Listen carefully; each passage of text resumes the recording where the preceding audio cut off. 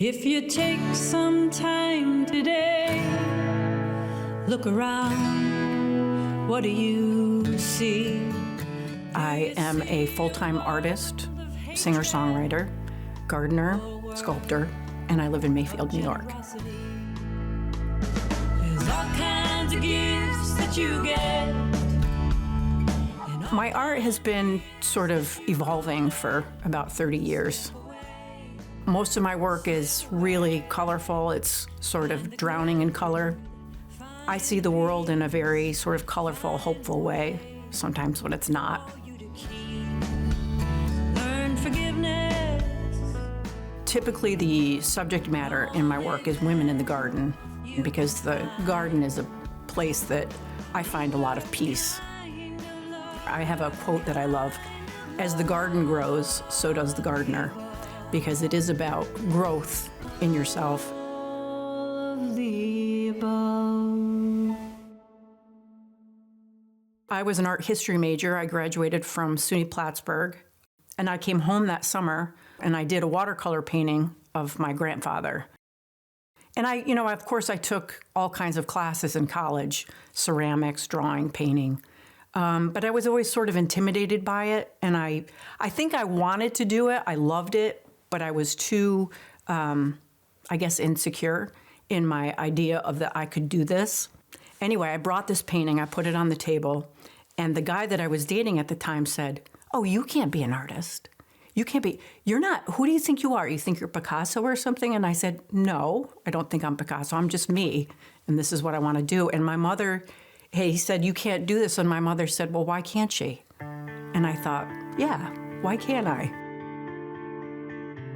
I think people with very good intentions tell you, not to do it, right? It's because you're kind of jumping off a cliff with no security at the bottom, And I was willing to do that. I decided that teaching wasn't for me. I went into real estate for a while and had a very tragic event happen.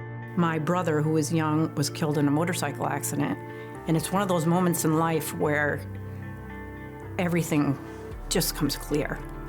I said, that's it. I'm not doing this anymore. I want to do something, because life can be taken away at any second. I flipped houses. I moved 15 times, when my kids were small. And it was all as a sacrifice to keep doing what I'm doing.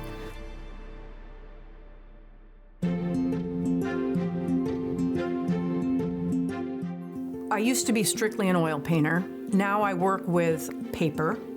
I use a product, it's a decoupage glue. Let's say just for the face of a figure, I'll take 4 different colors of like newsprint for values and shading in the face even before I start to paint. That only takes about half an hour to dry, and then I'll work acrylic over that. The advantage of acrylic and paper is that the immediacy of it, right? You'll put something down and boom, it's there. I'm more of a fly by the seat of your pants type of painter. I like to start with an idea. I'll develop that idea and it'll just sort of bloom into something else. The final process is with oil paint. When you're working in the oils, you can sort of slow down and go, okay, I need to be a little more deliberate now. I want to focus on every single detail. About every 3 minutes I have to get up, because your perspective when you're working on it in the immediate space right in front of you is different than if I walk back and then, oh, I didn't see that before. You want the viewer to look at your painting and then somehow be able to come out of it. There's an end, there's a release to it. It's kind of like when you write songs, right? You go through the chorus and then you do the verse, and at the end of the verse, you're like, okay, where's the resolve? How do we end this thing? And that's how I feel with the paintings. There's an ending to the painting that you can come out of it and feel something. This most recent series I did was a series about women in the garden called Looking Back. If you look back at 18th, 17th, 16th century paintings, a lot of the women were the subject of the painting. In this series that I did, they are the one looking at you, the viewer. So it was kind of something that I sort of thought about after the Me Too movement. Like, these women were coming forward, I thought very bravely. I thought, well, what about when the women are looking at you, you, the viewer, what are they saying to you?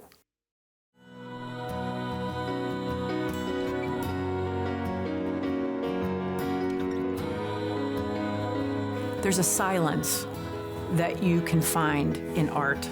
And I don't mean that in a negative way. I mean that in a kind of being able to tune out what's out there and being able to find the joy and the peace on your own. Shall I leave the song unwritten? I don't see myself doing anything else ever. Like people say, are you going to retire? No. I have a sign on my studio door and it says, instead of planning your next vacation, why don't you set up a life you don't need to escape from? I live by that every day. Raindrops washing